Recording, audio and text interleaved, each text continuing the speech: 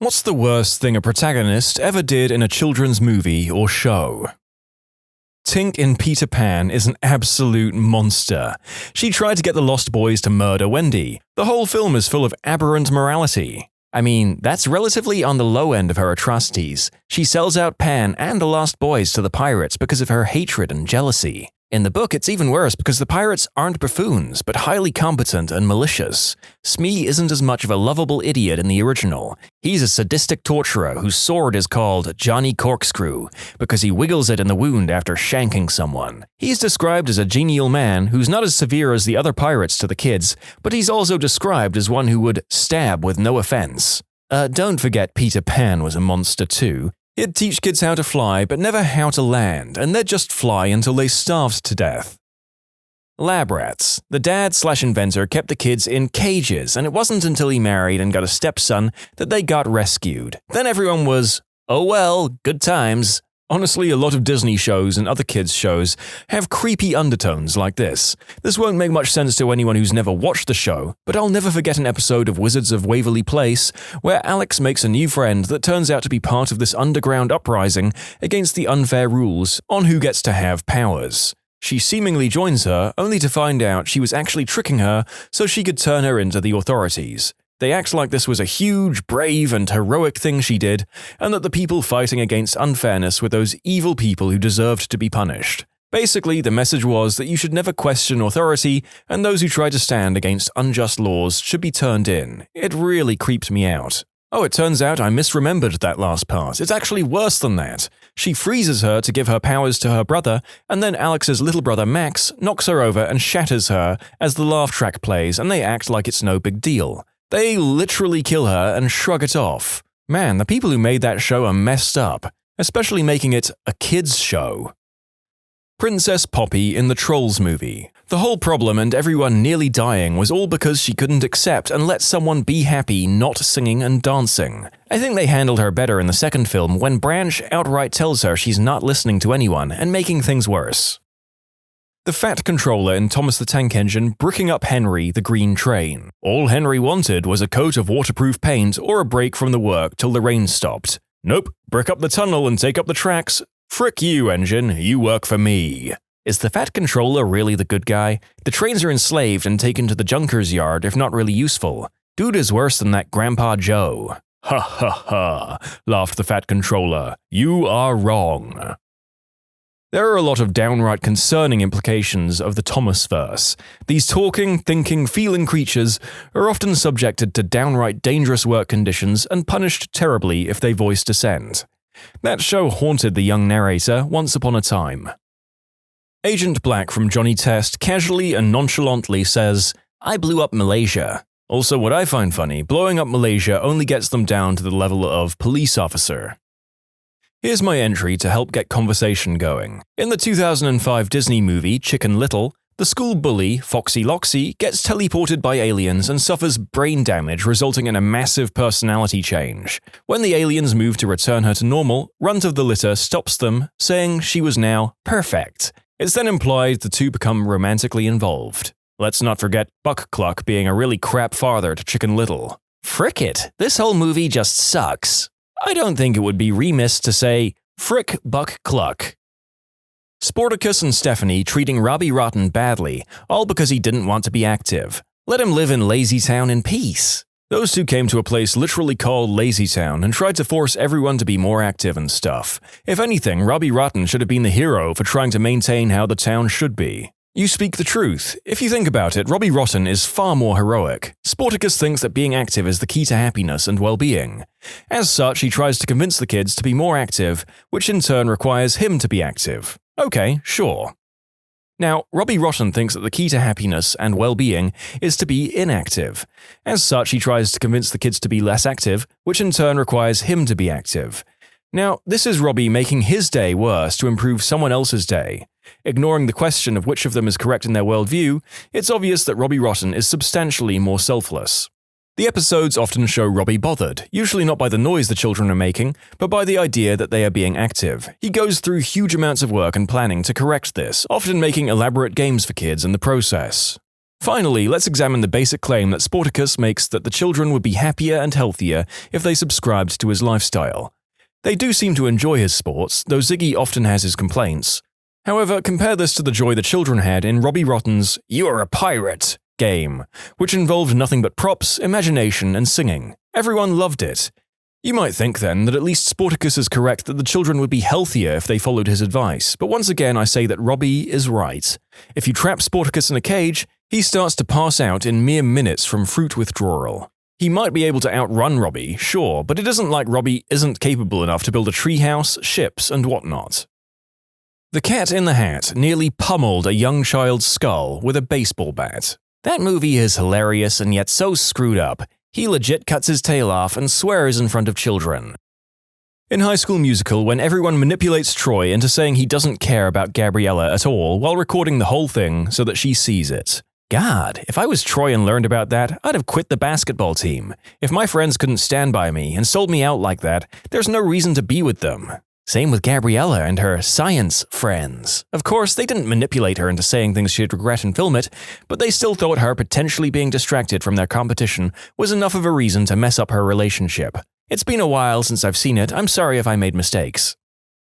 In the Rapunzel TV series, there's a controversial episode in which Rapunzel, after having an argument with Eugene in which she disagrees with his advice, accidentally goes back in time to a point when Eugene was a thieving teen. During this episode, she appears as one of the Stabbington brothers and ends up changing Eugene's views in the future to match hers by the end of the show. Eugene has no idea this has even happened. It's pretty controversial because while Rapunzel didn't mean to do it, she sort of forced a core personality change in him, and the show never really addressed the argument because Eugene is just like, I don't know why we were arguing before, because I agree. And the end of the episode. The following story is from a series that I've never seen, nor probably ever will see, but it definitely has some mind-bogglingly interesting implications from the way the author describes it.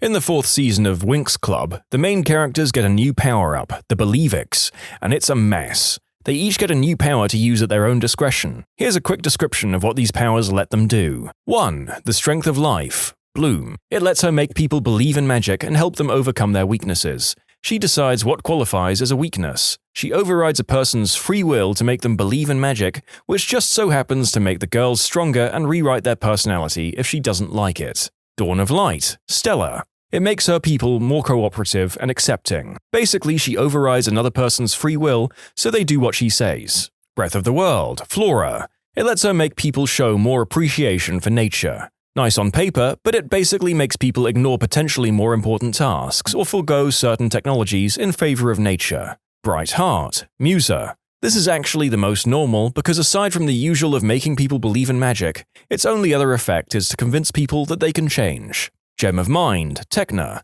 To quote the official description of this ability, she can use it to make people think correctly. I think that's enough info. She decides how people should think and magically imposes that way of thinking onto them. The Spirit of Courage, Aisha. This is also very basic, the same as the first one with the added bonus of making people braver. But one use in particular rubbed me the wrong way. In one scene, she made a girl walk through a wall of fire to escape the burning building. The girl with water magic whose best friend is on the way to becoming an insufferable Mary Sue, and whose fire magic can extinguish any flame with a snap of her fingers. There was literally no need to endanger that girl like that. They had 2 people on scene who could not only have saved the building, but also all 6 of them could have repaired it with magic. Overall, those girls are a threat to society. They're emotionally unstable, have 0 coping mechanisms for when they get sad, and are basically demigods. Musa once saw her boyfriend with another woman, and she just ran away crying like a kid. She has sound-based powers. She could have easily listened to what they were saying. I put forth that Santa is a total butthole in Rudolph the Red-Nosed Reindeer. I can understand the young reindeer making fun of Rudolph's red nose. Kids are mean and will easily make fun of someone for being different. But then Santa walks in. He could have set everyone straight right there. Explained how it's our differences that make everyone special and all that. Nope, he readily agrees with everyone that Rudolph is a lost cause and even tells Donna he should be ashamed of his son's red nose. Da frick?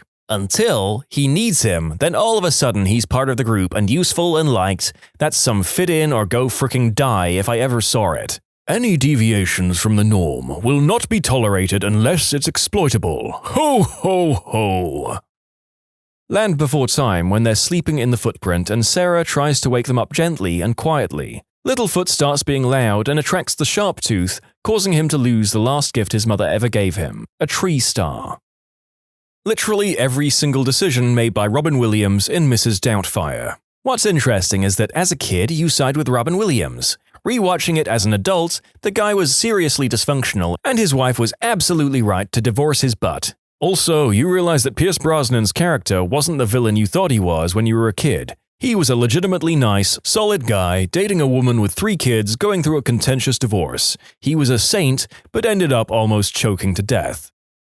Batman shutting down a machine that was turning Matt Hagen, aka Clayface, back into a human because he was using an experimental thing stolen from his company. I never hated Batman more than that moment because the animated series Clayface is the most tragic fricking creature of a man there ever was. Ron Perlman always made me cry when he had that first moment where he says, "I'm not even a man." I cry every time. In the episode, he's falling apart and dying, then when he's there on the precipice of becoming human again, he can feel it. Batman tosses a batarang and cuts off the flow of the chemical. Fricking hated him for that. Yes, thank you. I hated that episode as a kid. Clayface had the chance to get his life back, but Batman stops it because he stole something? It felt so unfair.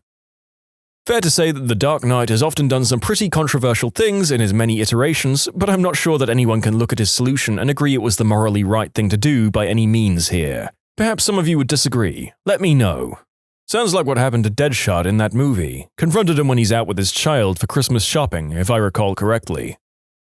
Carly from iCarly was a butthead. Remember that episode where she's attracted to the guy because he stole his brother's motorcycle? Then she dumps him because he was not manly enough because he collects plushies. Schneider's humor was so mean-spirited overall. Remember the one where Freddy says he didn't like Fred, and Fred made the whole video about quitting the internet forever, and Freddy was getting hate mail including a phone call from his aunt where she told him she hoped he fricking died? Then at the end they met Fred, and he tells him the whole thing was just made-up drama to bring attention to iCarly and his own channel, and he didn't even bother to fricking tell them first. Pretty much everyone in that show was a crap bag. The third Hokage really had Naruto living by himself. Poor, begging the ramen man to feed him. All this after promising his dying parents that he would take care of him. He was basically the ruler of the village and let the kid live in poverty for no reason. Goku giving Perfect Cell a damn senzu bean right before his emotional teenage son fought him to the death, over the fate of the Earth. A couple of people have said this, can you elaborate? Okay, so Perfect Cell is essentially a combination of all the strongest fighters on Earth.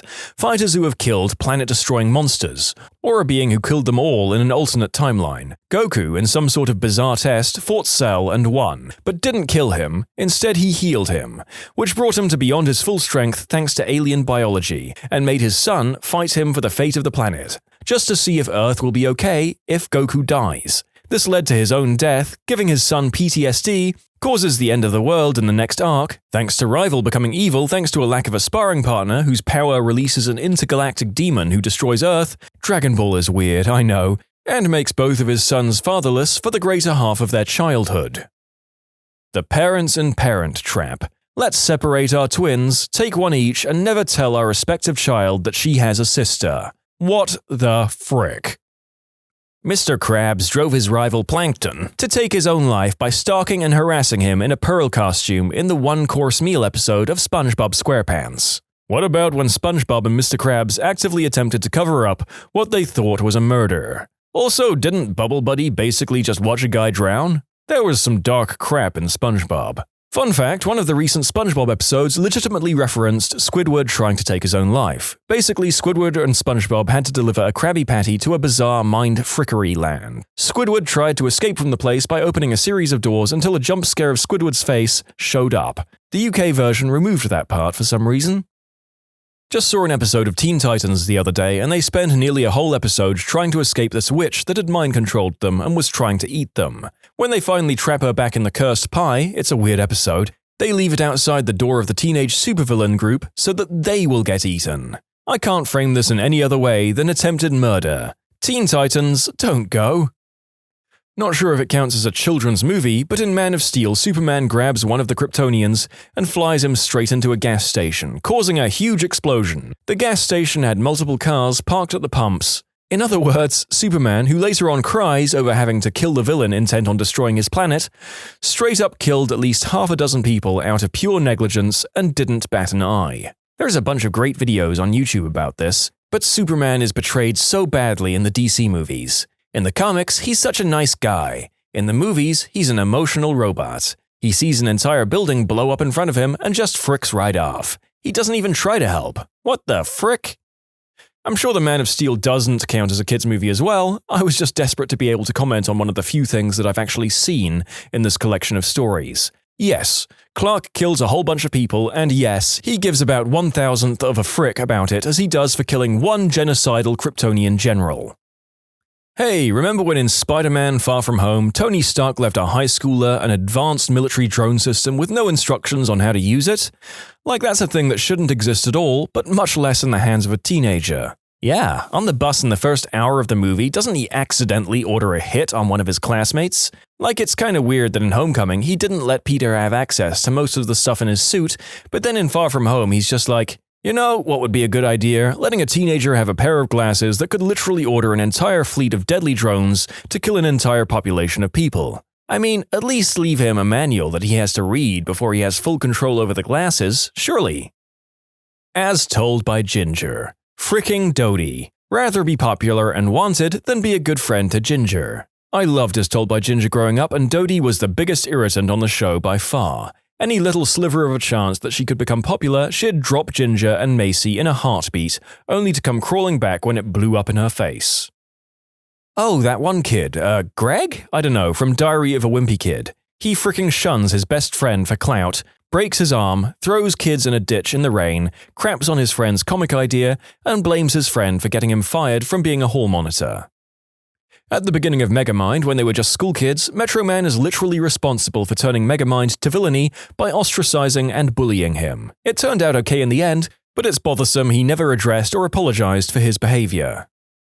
Willy Wonka literally disfigured 4 kids on his factory tour. Not to mention all the slave labor. Butthole pays Oompa Loompas with cocoa beans. That's definitely below the minimum wage.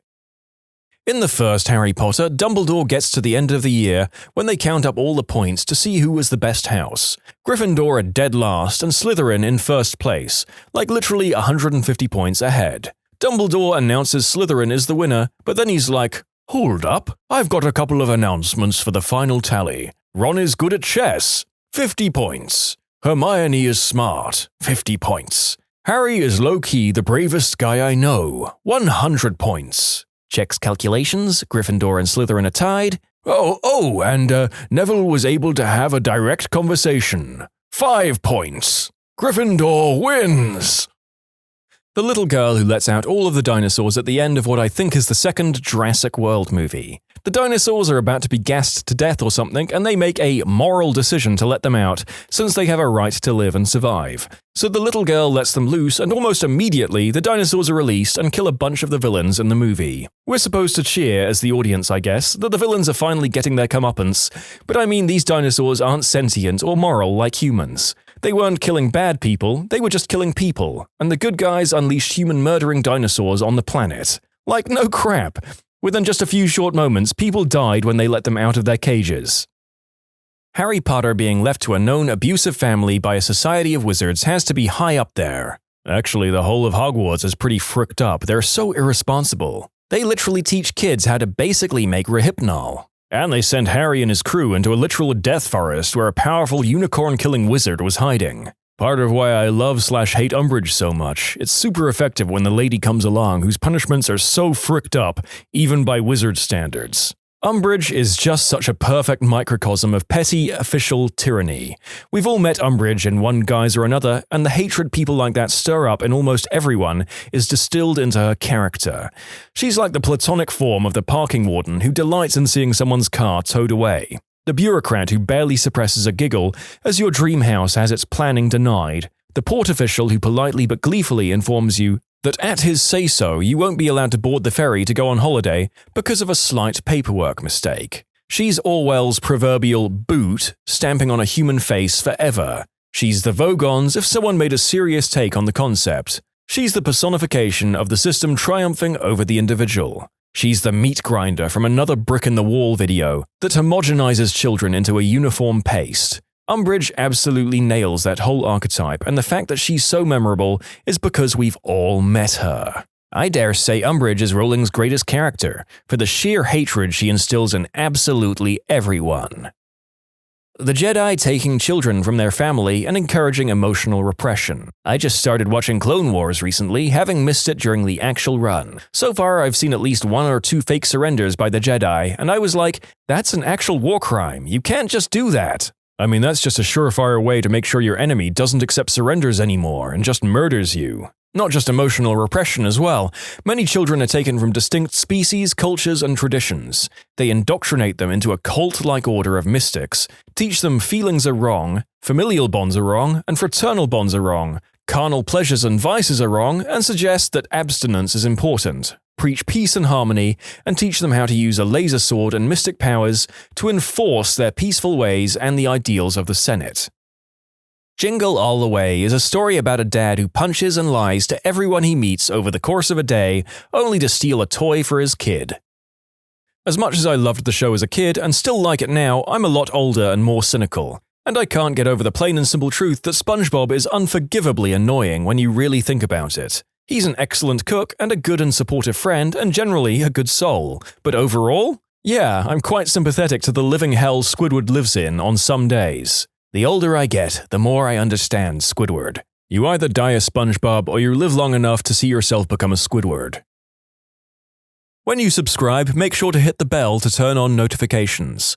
Put the playlist on in the background to finish listening to all the stories, linked at the top of the description. And if you like Am I the Genius, give Am I the Jerk a shot, linked in the description too. Either way, thanks a lot for watching, and we'll see you guys next time.